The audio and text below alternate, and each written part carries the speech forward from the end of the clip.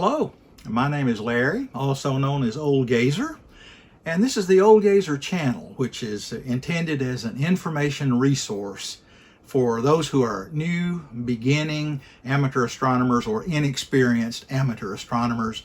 And the goal of the channel is just to try to give you information of a practical nature that will help you along the way as you enter into and through this very wonderful hobby. So welcome, thank you for watching, and let's just get right to it. This is the fifth and last of a five-part video series on taking pictures through a telescope with a DSLR camera.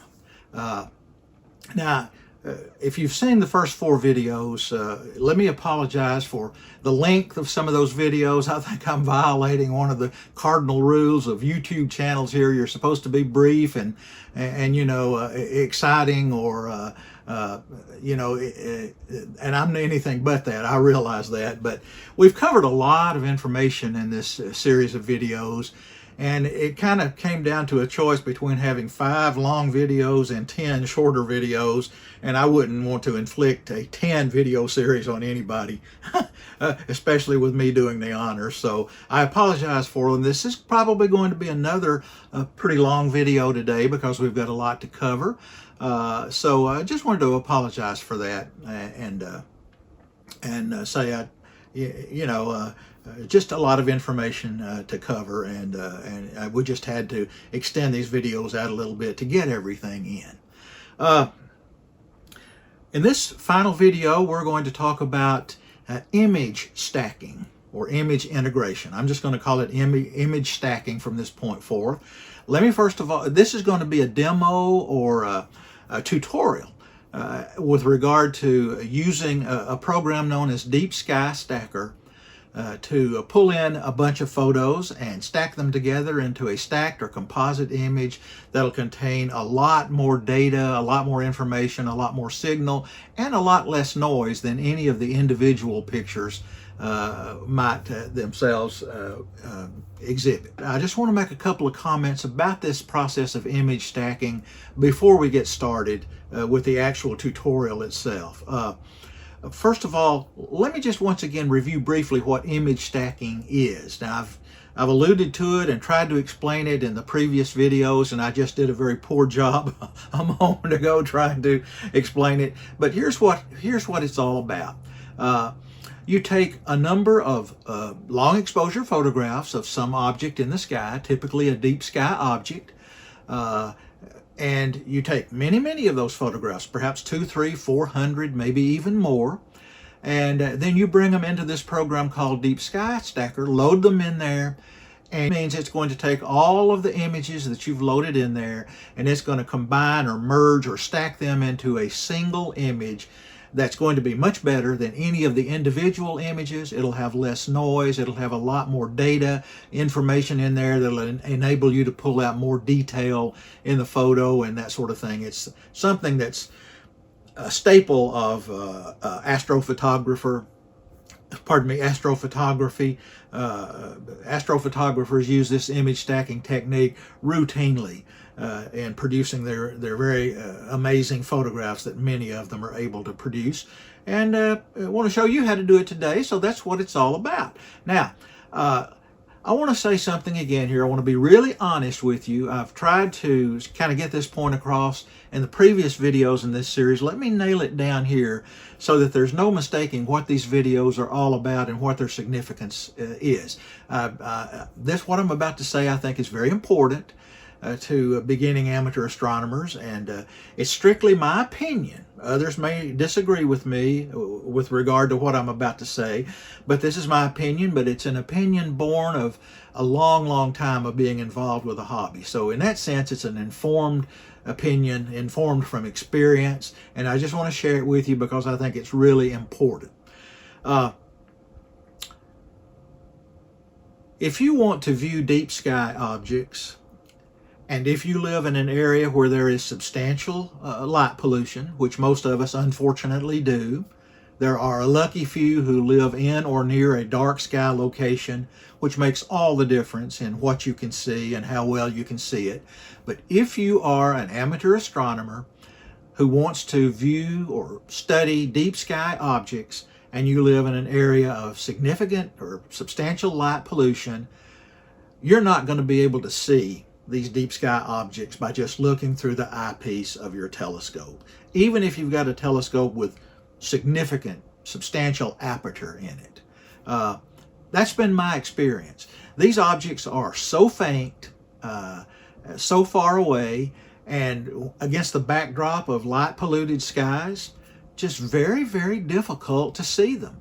I haven't had much success in looking through the eyepieces of my telescope at seeing any deep sky objects other than, of course, the Orion Nebula and perhaps the Pleiades, maybe a little bit of others.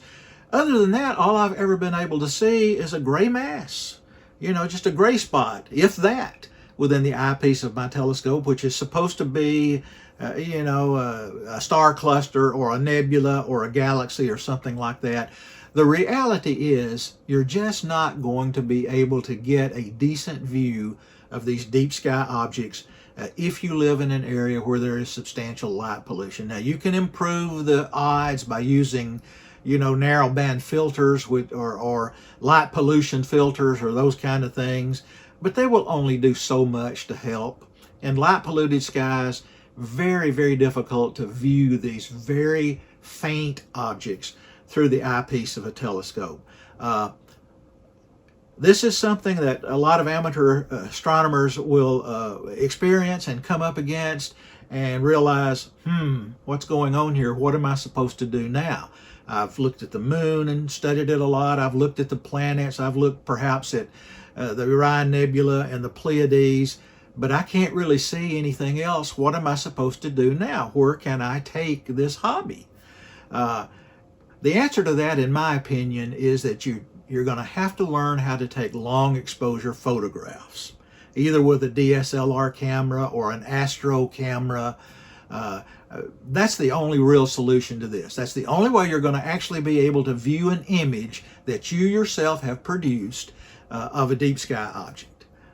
That's been my experience. Now, maybe some of you have had better success in just being a visual astronomer than I have, but I have not had very much success here in my Bortle 5/6 skies. I just can't see almost all of the deep sky objects other than just a faint smudge or some sort of a little indication in the eyepiece that something is there.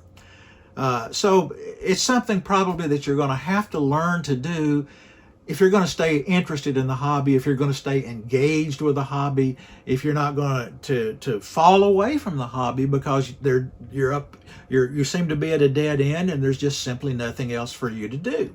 Now, I did not want to become a guy who takes pictures through the telescope. I've always wanted to be just a visual astronomer. I want to look through the telescope, through that eyepiece, and see all these wonderful things out there, but I just can't do it. And so if I want to actually see these objects, stay engaged with the hobby, stay involved, I have had to learn to take long exposure photographs and use those photographs as the end result of the process that will give me an image to look at that represents this thing that I've been trying to look at in the night sky. I wouldn't do this if I didn't have to. I would remain a visual astronomer. And I know many of you, because I've seen this in some of the comments that you've given during these videos, just want to be visual astronomers. Well, unless you live in dark skies, you're going to be disappointed trying to be just a visual astronomer. Probably not going to work for you. This is something, taking pictures through your telescope, that you're probably eventually going to have to do to stay engaged in the hobby. And that's just the reality of this light polluted world in which we live. And I just wanted, so all 5 of these videos on, taking photographs through a telescope are designed to help you learn how to do that. Now, what I have discovered is that even though I didn't want to do this, even though I want to be a visual astronomer, I've always wanted to be that, I have actually come to really enjoy this process. It can be an exciting thing to do, a very informative, educational thing to do. There's something about the process of taking these long exposure photographs and stacking them into a stacked image, and then bringing that stacked image into post-processing photo editing software to see the image that you've taken take form and take shape, and finally become an image that you can accept, can say, hey, that looks like what I expected this image to look like. And even though I can't see it through the eyepiece of my telescope, I can now see it in this photograph I've taken. I had one person, one of the comments say, I don't want to become involved with taking pictures. There's a lot of pictures out there that people have taken that are far, far better than anything I might do. So I just go and look at their pictures. Well, you certainly can do that, but there's a big difference here. And I think that misses the point. If you get involved in this and you start to take your own pictures and you process your own pictures until you have an end product out here that's a reasonable representation of this object in the night sky, that is something that you have done. That's a legitimate thing that you have done, a way that you have learned to get images of these objects that you otherwise would not be able to see just through the eyepiece alone. So there's a lot of satisfaction in that. There's a lot of reward in that. There's a lot of excitement in that. And, if you take that attitude about it, this can be a good thing. It can open up new vistas of the hobby for you. And so what I'm doing is I'm suggesting to all of you that you really need to try to learn how to take pictures through your telescope of deep sky objects, because you're going to need to do that in order to really move forward and really stay engaged with this hobby, unless you're just satisfied with looking at the moon and the planets and so forth. So that's why I've spent so much time in these videos, trying to give you the basics of how to do this, trying to explain why you need to learn how to do this. And I just wanted to press that point here in this final video, because I really think that this is probably not optional. If you want to really stay engaged with the hobby, if you're interested in deep sky objects, this is something that you're going to have to learn how to do in order to stay engaged and to see images of these objects that you otherwise would not be able to see unless you look at somebody else's picture in a book or on a screen somewhere. So just kind of the way it is. Again, my opinion, but one based on a lot of experience. And so I offer that for what it's worth. Okay, now, a couple of other comments about the tutorial before we get into it. I have to mention something about calibration frames. So what are calibration frames? Well, calibration frames are pictures that you take usually right after you take the actual photographs of the object that you're trying to image. These are special photographs taken in a special way, and they are included along with your regular photographs when you stack this image together to form that final stacked image. And the purpose of these calibration frames is to remove some problems from your stacked image. They will help to remove random electronic noise and other types of noise from your image. They will help to do away with unwanted vignetting in your images, depending upon the kind of lens that you're using. They will even be able to reduce or eliminate optical flaws in your system or specks of dust or something like that. They are special kinds of photographs that are taken in a special way and then just included with the actual photographs you've taken as a means of improving the quality of your final stacked image. Now, all serious astrophotographies, or I'll say almost all, utilize calibration frames in their process to make their picture as good as it can possibly be. I must tell you that I don't take or use calibration frames. I've never had any intentions of becoming a serious astrophotographer. I'm not interested in producing the best picture that I can possibly produce. I just want an end product that is a reasonably representative image of this thing that I'm trying to look at and study or view in the night sky. And so I don't worry too much about the fine points. I don't call myself the poor man's astrophotographer for nothing.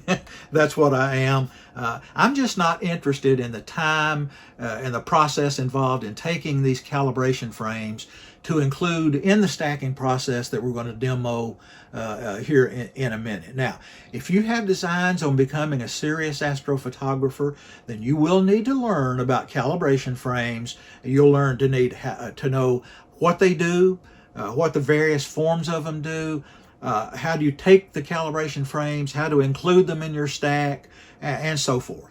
And you'll need to learn about that. I'm going to direct you to other sources to learn about calibration frames since I don't use them. You can find out everything you want to know and then some about using calibration frames when you're doing astrophotography at many different sources on the internet, YouTube channels. There's a lot of tutorials on it, that kind of thing. So research that and use calibration frames if you decide that's something that you want to do. I'm going to be just really honest with you here. Maybe it's a matter of old age and declining eyesight, but I have done pictures, stacked images using calibration frames, and I've stacked images without calibration frames, and honestly, I can't tell much, if any, difference in the results, and so I just don't bother with them. Now, a serious astrophotographer out there would probably be saying right now, "Oh, you idiot!" You know, I'm sure that they would be able to discern real differences between stacks with calibration frames and stacks without calibration frames. That's fine. Maybe I'm just not looking hard enough. But again, I'm just not. I don't care about producing the highest quality image I can produce. I want to just take a reasonably representative photograph that gives me an image of the object that I'm interested in the night sky. So I don't use calibration frames. You will not see me using calibration frames in this tutorial that's to come. If you want to do that, if you want to try that out, I just simply, as I said, refer you to many other sources where you can learn everything about calibration frames and how to include them in this process. Okay? I think I'm going to stop there. That's enough getting started stuff. As usual, I probably overdid all of that, and I'm making this video longer than it probably needs to be. But I just wanted to make those points, which I thought were important points to make before we get started here. And now, without further ado, let me get my face out of the picture here. Let's get on the computer, and let's do some image stacking. Okay, let's stack some images, shall we? You will no doubt forgive my rather cluttered desktop top here, but let's go ahead and start Deep Sky Stacker. And here is the opening screen in Deep Sky Stacker. As you can see, you got a lot of options over on the left side over here. Forget about most of those. We will not be using almost all of those, just a very few. Now, if you decide to use Deep Sky Stacker and you play around with it, you can investigate all of these options at your leisure and find out whether there's something you might want to know about or use or whatever, but we're only going to use just a very few of these options on the left over here. Now, we have some pictures that we took of the Orion Nebula back in early February, and we want to bring those pictures into Deep Sky Stacker and stack them into a stacked image. So obviously it seems clear that the first thing you'd want to do is to open the pictures up in Deep Sky Stacker, which you do here with this Open Picture Files option at the very top of the list on the left hand side. So let's do that. We want to go to now we'll navigate to the directory where I have those pictures that we took stored, and these are all of the pictures that we took that night. Use the Control-A command to highlight them all, and we'll open them up. And after a short time here, you see that we have pictures that are now loaded into Deep Sky Stacker, and the list of the pictures that we've loaded in there are here down in this section at the bottom. You can see that there is some information available about each one of these pictures: the file name, the date and the time when the picture was taken, the size of the picture, RAW format, taken at ISO 1600 at an exposure of 10 seconds, and so forth. There are some fields down there, some columns that are not yet filled out, but we'll see what we're going to populate those with. We have used the Open Picture Files option to load all of our pictures into Deep Sky Stacker. Now, at this point, all we've done is load the pictures in. We can't do anything with them because we have to first of all select the pictures that we want to work with. Now, you could select them by coming over here and individual clicking all these boxes, but fortunately Deep Sky Stacker has made that unnecessary. There's an option up here called Check All. So we're going to come up here on this list and click Check All, and now you'll see that all of our pictures have been checked. Notice that it says light frames 198. Now, in stacking nomenclature, light frames refers to the actual photographs that you took. All of these other things here, dark frames, flat frames, flat frames, and offset or bias frames, those refer to calibration frames. And earlier in this video, I explained that we're not going to use calibration frames in this tutorial, so we won't have to worry about those. So we have 198 pictures now selected in Deep Sky Stacker. Now, you may remember from the last video that we did where I said that we were going to have 210 pictures to load into Deep Sky Stacker, but I misspoke a little bit because I forgot to consider the fact that while we were out there in the field collecting these pictures, there were 2 points where I stopped the process so I could check and make sure that everything was still in focus and that there were no star trails developing and that kind of thing before I started the process back again. So if you take those 2 interruptions out, we actually only got 32 minutes rather than 35 minutes of total integration time, which is equivalent to 198 pictures. So we have loaded in and selected now our 198 10-second exposures that we took of the Orion Nebula out there earlier this month. And so now we're ready to do something with these pictures. The next step is to register the pictures. Now, what does that mean?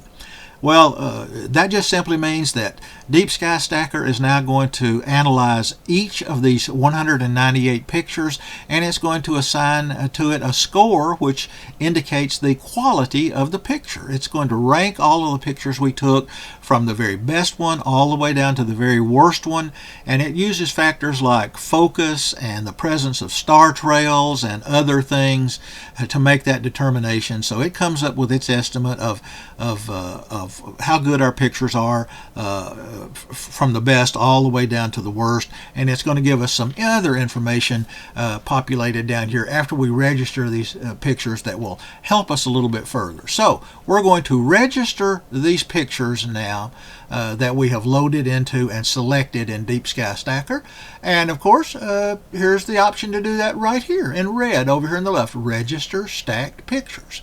When we click that, a dialog box is going to come up. 2 things that are important about this dialog box. Don't worry about the red box right here. It's warning us that we don't have any calibration frames loaded in here to register. We're not using calibration frames, so there's no need to worry about that. That will not affect us being able to go forward and stacking the pictures. There is one thing here that I want to make sure that you do. There's an option here, a checkbox called Stack After Registering.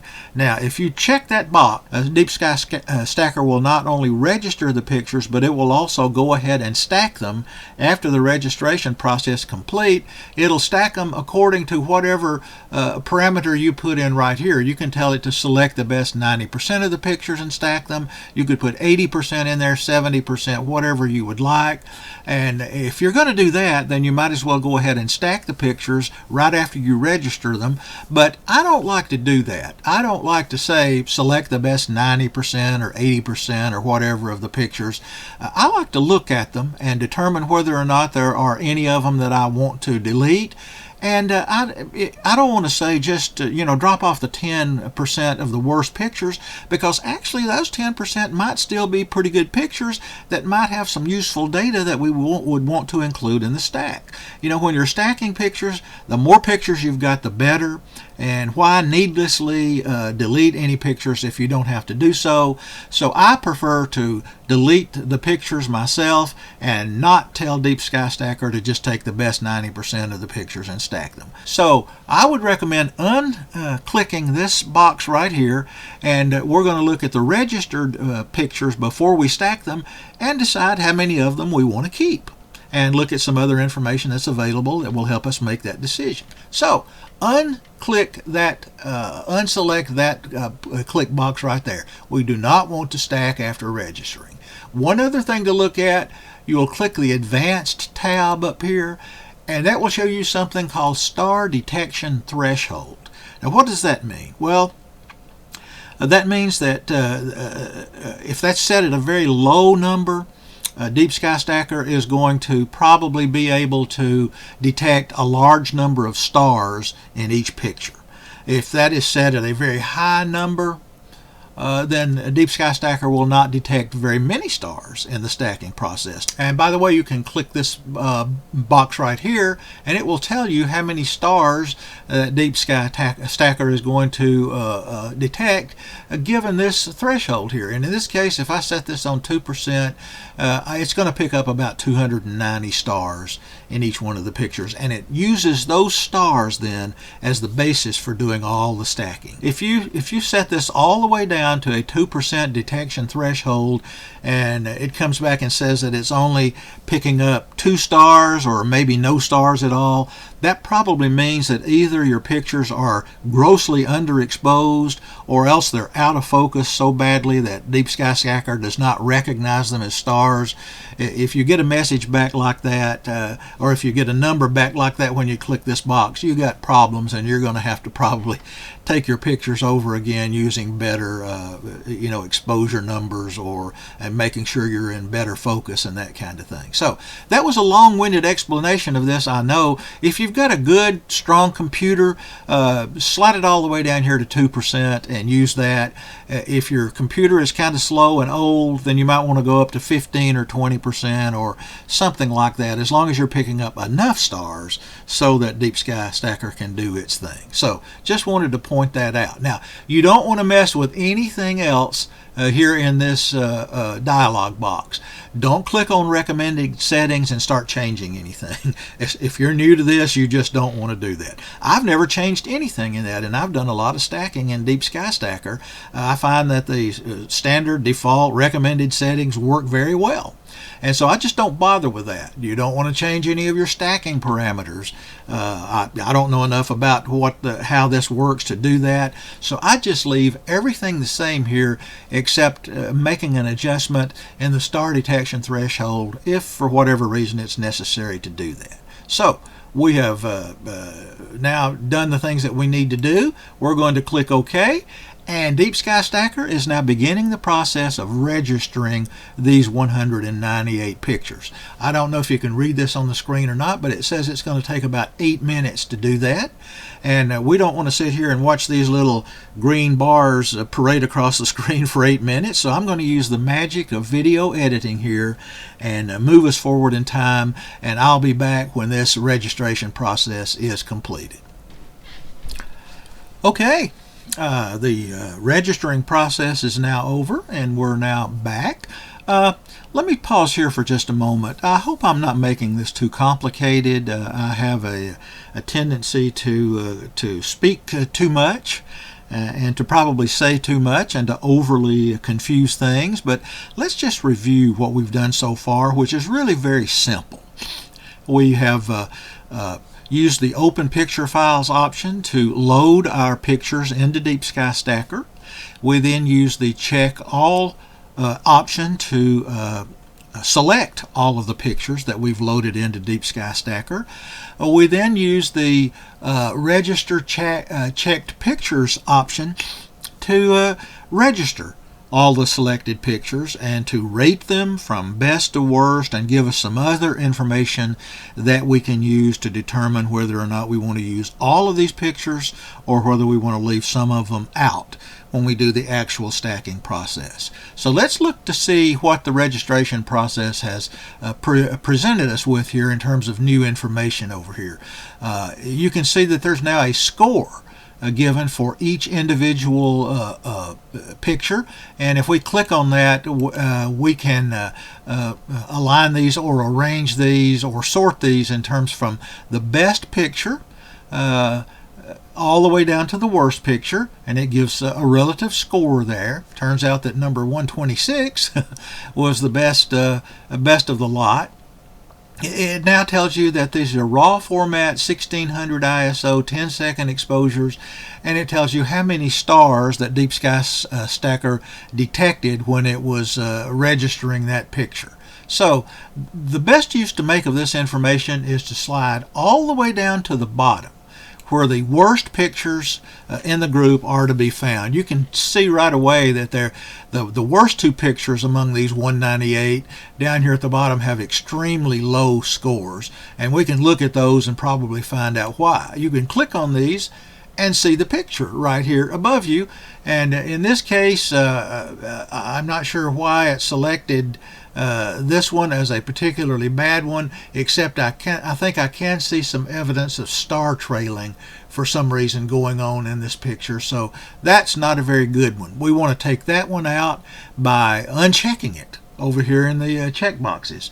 The worst one is this one, and it obviously has some star trailing going on and some other issues here. So with that kind of a score, we definitely want to eliminate that one as well. Let's take out one other. There's a lot of them that are ranked, scored in the 1100 range. We have one here that's closer to 1000 down to 1020. Let's look at that one. And we can see there too that there's a little bit of elongation of stars going on in that one.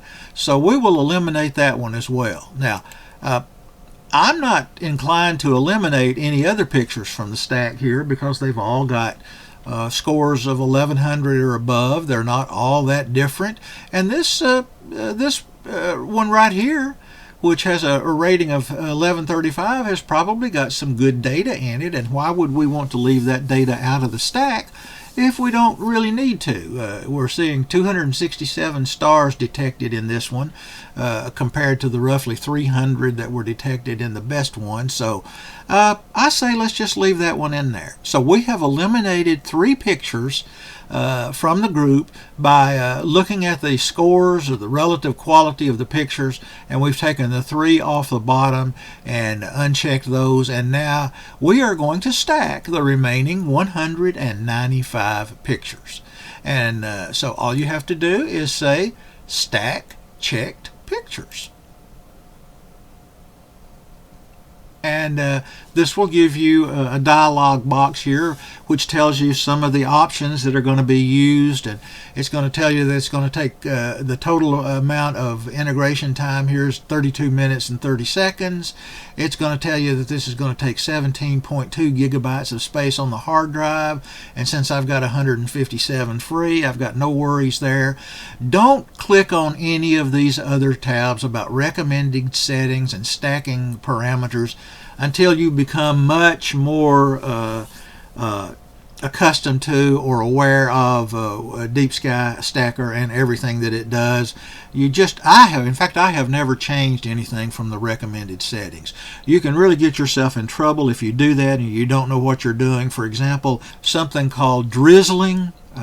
And if you click one of those drizzling objects, that's going to greatly increase the size of your pictures. It's going to cause your stacking time to really balloon out there. It's going to require a lot more space on your hard drive, and it really doesn't do anything except in special circumstances anyway. So the best thing to do is to stay away from doing anything with the recommended settings or stacking parameters, and just use the defaults or the recommended things that are already set in there. You can see here that we've got red indicators here that we have no calibration frames to stack. That's okay. We're not going to use calibration frames, and you don't have to use them. That's just telling you that if you had some, you haven't loaded them or registered them yet. So we're just going to use everything just as it is here, and we're going to say okay. And immediately the stacking process is going to begin. Now, this is going to take approximately 5 minutes or so, maybe a little longer. I know from past experience. So once again, rather than sit here and twiddle our thumbs while we wait for that time to pass, I'll once again use the magic of video editing to fast forward into the future, and we will be back and take up when the stack is completed. Okay, we have a stacked image. This is the end result of what we've been doing through this whole process. What you see on the screen there is a stacked image that represents melding together or stacking together those 195 10-second exposures of the Orion Nebula. You can see it's a pretty good picture. There's a lot of stars visible in the image. There's almost no noise visible in that image, and there's a fair amount of detail. Certainly if you look here, you'll see a lot more detail than you might have seen in any of the individual pictures. So we've got what looks to be a pretty good stacked image, which we made from our 195 10-second exposures that we did out there in the field of the Orion Nebula. Now, what do we do from here? We don't do anything else in Deep Sky Stacker. Now, you could, if you wanted to, you can do some further editing in Deep Sky Stacker. You can move these things around down here at the bottom. You can do some other things. I strongly recommend that you do not do that. What I suggest that you do is take this stacked image and pull it into a more robust photo editor such as Photoshop or some of these others. My favorite is Affinity Photo. There are many others. Bring that stacked image into a robust photo editor and change whatever parameters that you want to change until you get a picture that you're satisfied with. You now have a stacked image. You don't have to worry about trying to save this image anywhere. Deep Sky Stacker has been kind enough to automatically save it for you. It will be saved as a TIFF format, a .tif format file, and you will find it in whatever directory that your initial pictures were. In this case, our 198 pictures were in a certain folder on my hard drive. That's where you'll find the stacked image also in that same directory, which makes it convenient. It's named autosave, autosave.tif. You can, of course, rename that to whatever you want to, but that is the name of the file that contains this nice stacked image. All right, we're going to get out of Deep Sky Stacker then, there being no point to do anything else in here, but first let's just quickly review what we've done. We invoked or called up Deep Sky Stacker. We loaded our 198 pictures into Deep Sky Stacker. We selected those 198 pictures. We registered those pictures, which gave us data that we could look at to determine if there are any pictures that we would want to leave out of the stack. And we did, in fact, decide to leave 3 of those pictures out, which were of very low quality. We stacked the remaining 195 pictures by just saying stack checked pictures, and we waited for a few minutes until the picture that's on your screen appeared as the final stacked image, which has been saved off now for us to use in a photo editing program. Okay, I know this video is getting very long, and I apologize for that, but there's one more thing we need to do, and that's and let's just do that right now.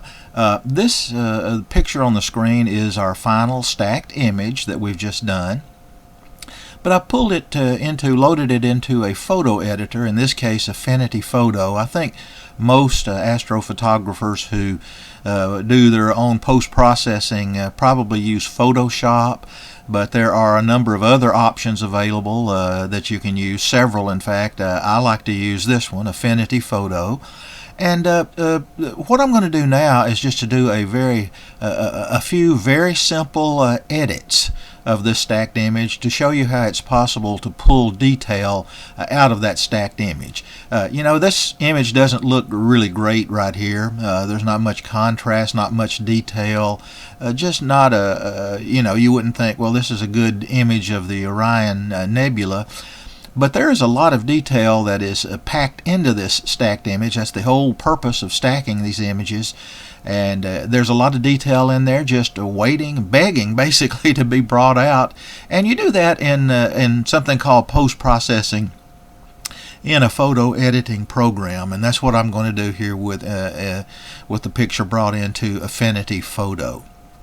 Now, post-processing a picture is very much a matter of personal tastes. You know, some people like bright images, some like darker images, some like bright colors, others like muted colors, others like a super sharp image, and others like it a little more subtle. Some like to crop their images, some don't, and the list just goes on and on and on. It's very much a matter of personal taste. So you'll have to develop over time your own sense of what works well for you, what you like, and to develop a workflow that will just get you to where you want to be. So I'm not suggesting or recommending at all that you try to follow the same workflow that I'm about to show you here in this very brief whirlwind attempt at showing how to pull data out of a stacked image in a photo editor. All I want to do here is just show you how some data can be brought out and how the image can be made much, much better by doing post-processing in a photo editor. Now, most astrophotographers who do this, I believe, usually start out by using something called the levels and curves functions within photo editors, where they try to stretch out and draw detail out of the stacked image. I have never been very good at that, frankly. Maybe I don't have a good understanding or appreciation of how to do that, but being the the poor man's astrophotographer that I am, I like the more simple approach. Anytime I can just click a button and have it do something for me, that's a win-win, and I'm happy to do that. So my approach to this editing things in a photo editor is probably a little bit unorthodox, because I almost always start out by sharpening the stacked image, and I find that often gives me a really good indicator of just how much detail I'm going to be able to bring out of the image. So we're going to do a few very quick, very basic edits here, and the purpose is not to show you how to do this. You're going to learn how to do this on your own as you get familiar with your photo editor. The purpose here is just to show you how detail can be brought out of a stacked image. And so let's do that here. The first thing that I'm going to do then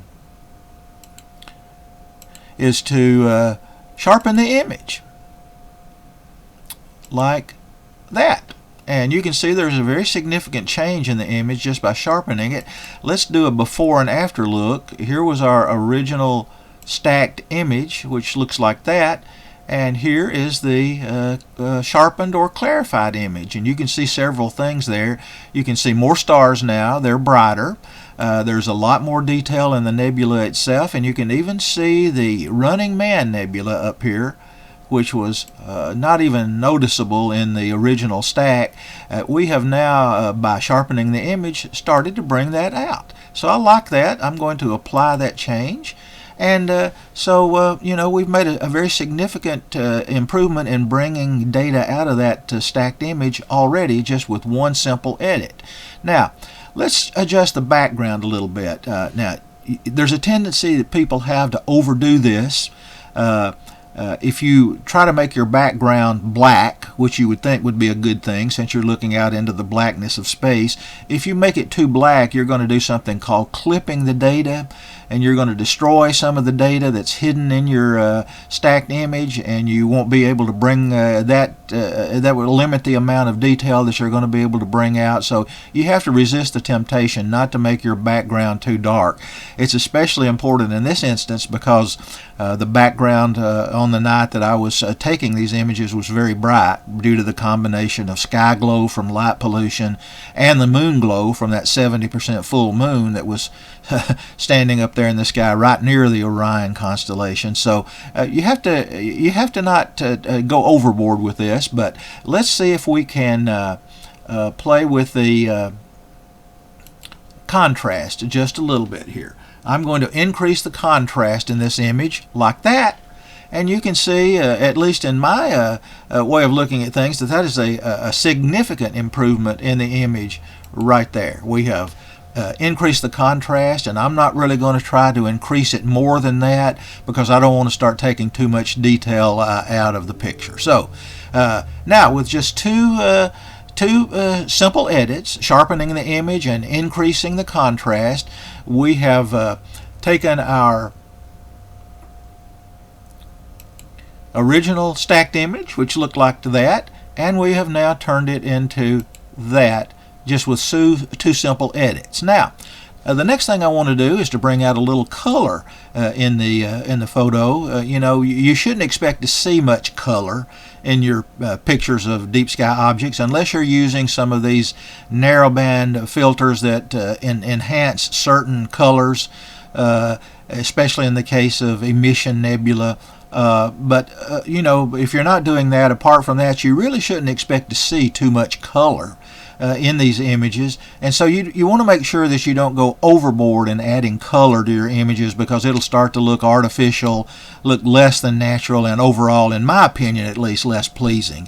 So we're going to be a little bit subtle with this. And I'm just going to do it the easy way. I'm going to do it the old gazer way, the simplified way, the easy way. I'm just going to come up here and click Auto Color. And as you can see, that has now added some color to our photograph. Let me zoom in a little bit so you can see that we now have added some color to our image. And I don't want to do any more than that, certainly, because it would, in my opinion, it would start to look unnatural. And so I'm just going to leave it at that. Let's zoom back out. Now, so we have sharpened the image. We have increased the contrast, and we have brought out some of the color within the nebula. So we have gone from our original stacked image, which looked like this, to our now edited image that looks like that. And as you can see, we've brought a lot of detail out of that stacked image. I want to do a couple more things here, and then we'll call it quits. I'm going to do something called white balance. I'm going to change the white balance. As I look at this picture, it's too warm. The overall balance of the picture is too warm. It's shifted towards that end of the spectrum. So I want a cooler tone to this image, and I'm going to get that by just clicking on Cool under white balance in this instance. Other photo editors will have different ways of doing this. And so now I have changed the background to what I think looks a little bit more natural, a little bit more like what you expect to see when you look up into the sky. And I'm going to stop right there with that. I'm not going to try to do anything else with the background or anything else. The only other thing that I want to do here by way of these very simple edits that we're doing is you can see that there's vignetting in this picture. The things are cut off in the corners up here because of the lens of the telescope that I was using, and there are some strange looking little things here and there in the image. So I'm going to use the crop option to cut some of that out. So I'm going to do about like this, making sure that I don't crop out the Running Man Nebula up here. And in this direction, I'm going to try to get rid of this dark spot here, and I'm going to do something like that. And so there is a cropped image that takes away some of those flaws or defects around in the outer edges of the photo. So, not bad. We have gone from this stacked image And I think I've demonstrated to you that there's a lot of hidden data in that stacked image just waiting to be brought out in post-processing. With just 4 or 5 very quick, very basic edits, we have gotten to this point.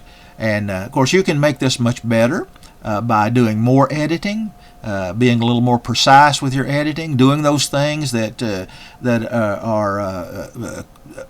are corresponding to your own personal taste until you get the image like you want it to be. But I think that's good enough here for demonstration purposes.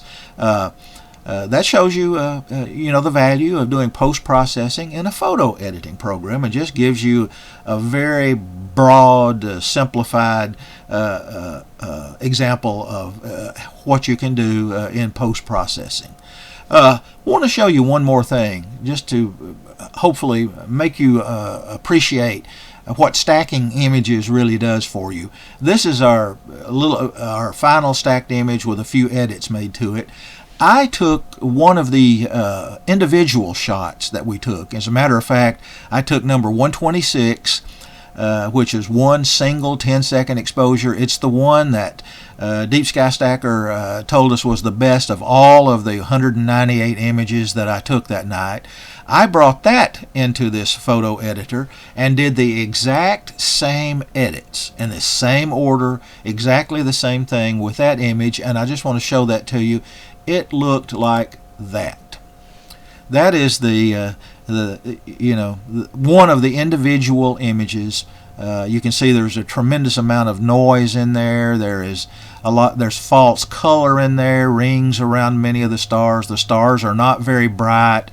You can't see as many of them, and the core of the nebula is just blown out. Way too much there. So let's contrast that now with the same edits done to our stacked image, which looks like that. Huge difference, as you can see, and that shows you the value and the beauty and the advantage of stacking your images in something like Deep Sky Stacker before you do your final editing. So that's it. I know this has run pretty long here, but hopefully it has been useful to you. I hope I've shown you the things that I was trying to get across, and so having done so, we're going to call it quits and with this video, and we'll bring to an end this series of 5 videos on taking pictures through a telescope. It's up to you now. I hope that you will be motivated to want to do this if you don't already have the equipment that you need, whether that be a DSLR or an astro camera and of course a telescope. Maybe you can acquire that equipment or borrow it or somehow come into possession of it and then go out and take some pictures. Take a bunch of pictures and at the longest exposure that you can manage without introducing star trails and blurred images.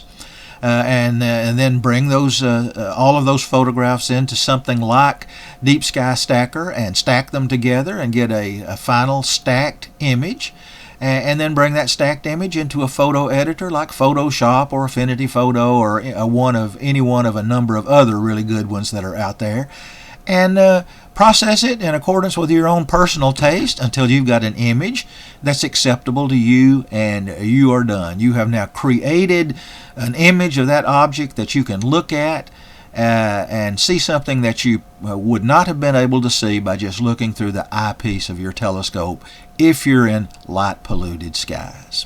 So that's the process. Hope it's been helpful. Hope it wasn't too confusing. We'll wrap this one up. I'll be back soon with another video. It will be on a topic other than taking pictures through a telescope. But there's a vast number of things that we can talk about in terms of sharing information that might be of value to beginning or inexperienced amateur astronomers, and I'll try my best to find something relevant that we can talk about in that next video. So until then, let me thank all of you so much for watching, and I'll sign off as always by wishing you clear skies and good viewing.